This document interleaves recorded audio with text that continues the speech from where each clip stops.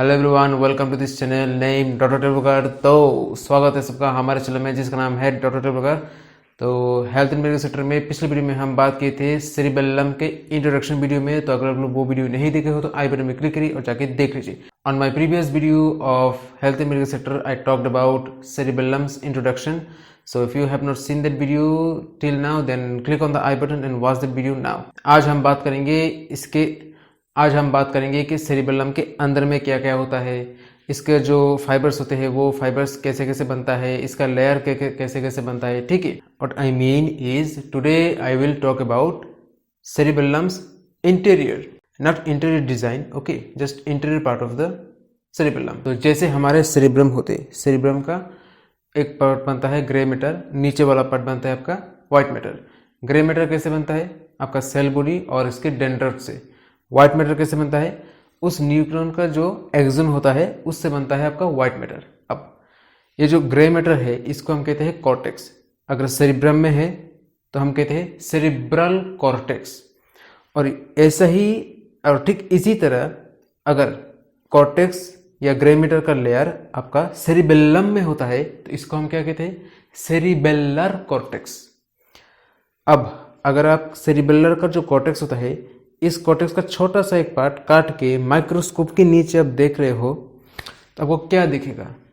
ये दिखेगा। क्या दिखेगा आपको? बहुत सारा लेयर बनता है और इसके बीच बीच में कुछ लेयर के बीच में कुछ कोशिका होता है, मतलब सेल्स होता है। सेल्स मतलब न्यूरॉन्स। ठीक है। Now what I mean is our cerebrum has two layers, gray matter, white matter. Gray matter is formed by cell body and dendrites of neuron, and the white matter is formed by axon of the neuron. Okay, this gray matter of cerebrum we call it cerebral cortex.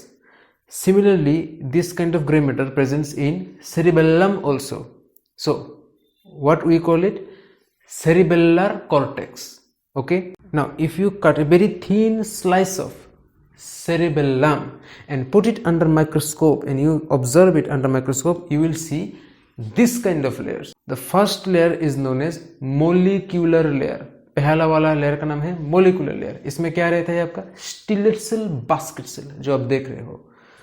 और फिर आते हैं हम पार्किंजी layer. इसमें रहते हैं सिर्फ एक ही कोशिका, पार्किंजी, तो पार्किंजी कोशिका का पार्किंजी न्यूरॉन्स। ठीक है। फिर आते हैं हम ग्रेनुलर लेयर। इसमें क्या आता है? ग्रेनुलर सेल आते हैं, गोल्गी सेल्स आते हैं। ठीक है। और इसके बाद व्हाइट मैटर शुरू हो जाता है। व्हाइट मैटर बोले तो आपका ये एक्सोन। अब एक्सोन क्या क्या होता है? तरह तरह का होता है। कुछ होता है आपका क्लाइंबिंग फाइबर्स, कुछ होता है आपका मॉसी फाइबर। ठीक है। फिर आता है आपका पार्किंजी सेल का जो एक्सोन होता है, पार्किंजी सेल का एक्सोन। ठीक है। तो यही सब मिलके बनता है आपका सेरिबेलम का व्हाइट मैटर। ग्रे मैटर बन गया, व्हाइट मैटर बन गया। समझ में आया? First layer is known as molecular layer. This molecular layer has stellate cell, basket cell. You got it? And as you can see, the next layer is known as Purkinje layer. Purkinje layer means it consists of only Purkinje cells. And the next layer is known as granular layer. It means it consists of granular cell, Golgi cell. And the last layer, and lastly comes white matter. White matter means the layer of axon. Several kind of axons like climbing fibers, mossy fibers, then Purkinje axon of Purkinje cell. Okay. Now here is one thing. This climbing fiber and mossy fiber, they receives signal. I mean these are sensory nerves. And the this Purkinje axon sends their signal from cerebellum to the body. It gives motor signal. Okay, so this is motor fiber. मेरा कहने का मतलब है ये जो climbing fibre और mossy fibre है ये पूरे शरीर से सिग्नल लेता है, कैरी करता है, सेरिबेलम में भेजता है। ठीक है।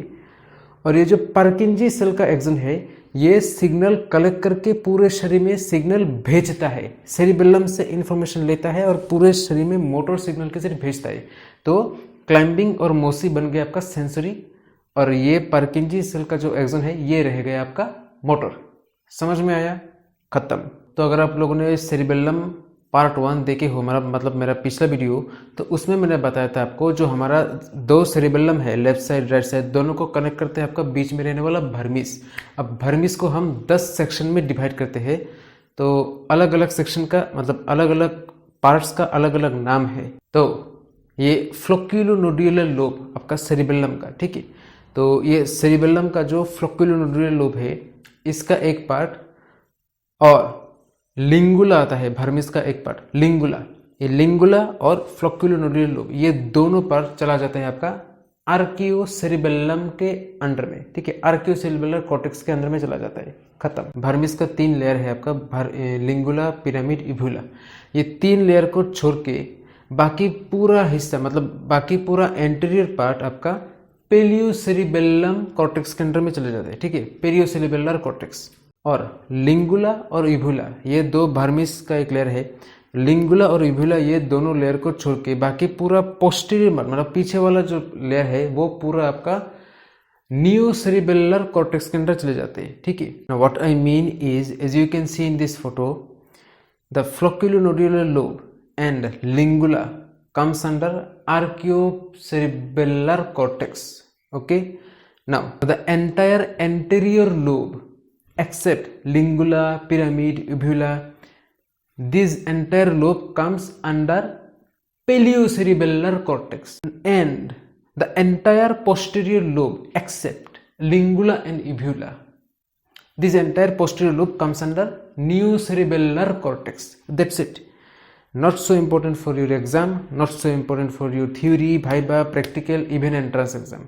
Just for your knowledge. That's it. तो ये ज्ञान भंडार आपके ना तो थ्योरी में काम आएगा, ना भाइबा में काम आएगा, ना प्रैक्टिकल में काम आएगा, ना तो आपका एंट्रेंस में काम आएगा, ठीक है। बस आपको बेसिक नॉलेज जानकारी के लिए बता चुका हूँ, बस इतना ही। ये जो पूरा आपका लेफ्ट साइड का राइट साइड का सेरिबेलम है, इसके बीच बीच में गोल गोल चक्का चक्का आप देख रहे हो ना, तो ये सब पार्ट से आपका स्पेशल न्यूक्लियस। अब जब न्यूक्लियस है तो इसका मतलब सेल बॉडी भी है। अब जब सेल बॉडी है तो इसका मतलब डेंड्राइट्स भी है। अब जब डेंड्राइट्स है इसका मतलब इसका एक्सोन भी है, ठीक है। तो ये वाला पार्ट आपके बाहर वाले लेयर्स में नहीं आते हैं, एकदम अंदर में एकदम बीच में घुसा पड़ा रहता है, जिसके लिए हम इसको कहते हैं बहुत गहरी डीप मतलब इंटरनल ग्रे मैटर। एनीवे, तो इन्हीं न्यूक्लियस के नाम होते हैं, कुछ आपका ग्लोबोज न्यूक्लियाई, कुछ आपका एम्बुलिफॉर्म न्यूक्लियाई, कुछ आपका डेंटेड न्यूक्लियाई, कुछ आपका फेस्टिजियल न्यूक्लियाई, ठीक है। अब मैं न्यूक्लियाई कह रहा हूँ, आप न्यूक्लियस कह सकते हो, वो आपकी मर्जी। न्यूक्लियस न्यूक्लियाई एक ही बात है, ठीक है। ग्रे मैटर जब व्हाइट मैटर बनता है, अब ये व्हाइट मैटर कहाँ पर जाता है? ये व्हाइट मैटर आपका ब्रेन स्टेम में आके जुड़ जाता है। कैसे जुड़ जाता है वो मैंने पुराने पॉन्स वाले मिड ब्रेन वाले वीडियो में बता चुका हूँ कि सेरिबेलम ब्रेन स्टेम को ऐसे पकड़ के बैठता है, ठीक है। अब मेनली क्या होता है, जब ब्रेन स्टेम को ऐसे पकड़ के बैठता है तो ब्रेन स्टेम का 3 पार्ट होता है, ऊपर में मिड ब्रेन, बीच में पॉन्स, नीचे में आपका मेडुला ऑब्लोंगेटा। तो इस पकड़ने वाला जो हैंडल है या हाथ को, इसको हम कहते हैं हैंडल या फिर पेडंकल। अब जो फाइबर्स आपका मिड ब्रेन के साथ जुड़ रहा है, ये ऊपर वाला स्ट्रक्चर है, इसको हम कहते हैं सुपीरियर पेडंकल। जो बीच में है इसको हम कहते हैं मिडिल पेडंकल, और जो एकदम नीचे में आपका मेडुला के साथ जुड़ रहा है इसको हम कहते हैं इंफीरियर पेडंकल, ठीक है। What I mean is, in my earlier videos on midbrain, pons, I talked about that cerebellum holds the brainstem from behind and rests behind the brainstem. Now, while it holds the brainstem has 3 parts. Upper part is midbrain, middle part is pons, and lower part is medulla oblongata. If you have not seen those videos, watch my previous videos. Now, if cerebellum holds the entire brainstem from behind, it means few fibers are connecting with midbrain, and these fibers forming a handle or peduncle. So few peduncles going upside with midbrain, which is known as superior cerebellar peduncle. Few peduncles are attaching with medulla oblongata.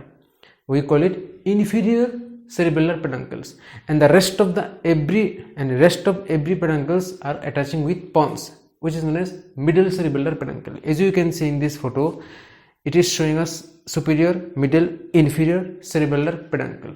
You understand? That's it. Now I am gonna talk about some tracts or fibers which are coming or going through inferior peduncle. I mean which is directly connected with medulla oblongata. Now in that part you already know about efferent fibers and efferent fibers. Efferent fibers receives signal.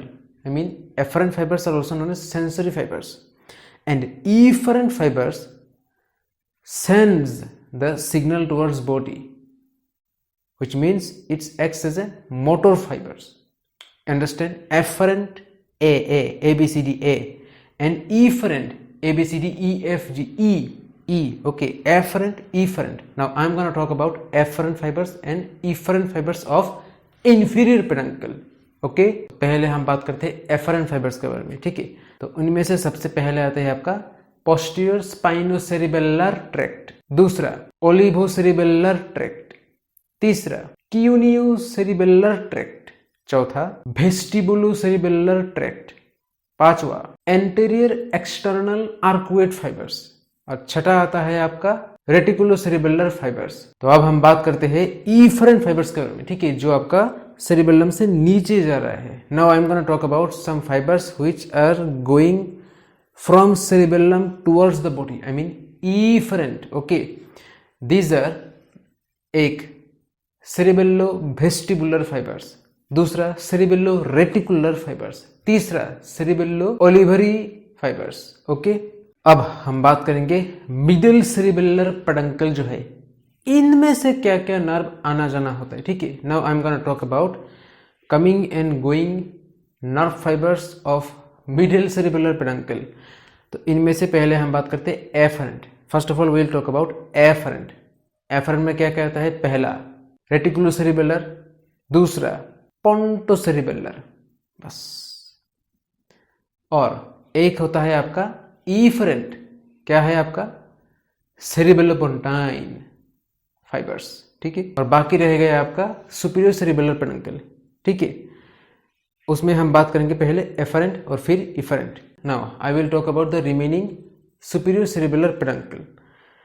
So first of all I will talk about the afferents, then I will talk about efferents. Okay, anterior spinocerebellar tract, second tectocerebellar tract, third trigeminocerebellar tract, fourth hypothalamocerebellar, and 5 ceruleocerebellar tract।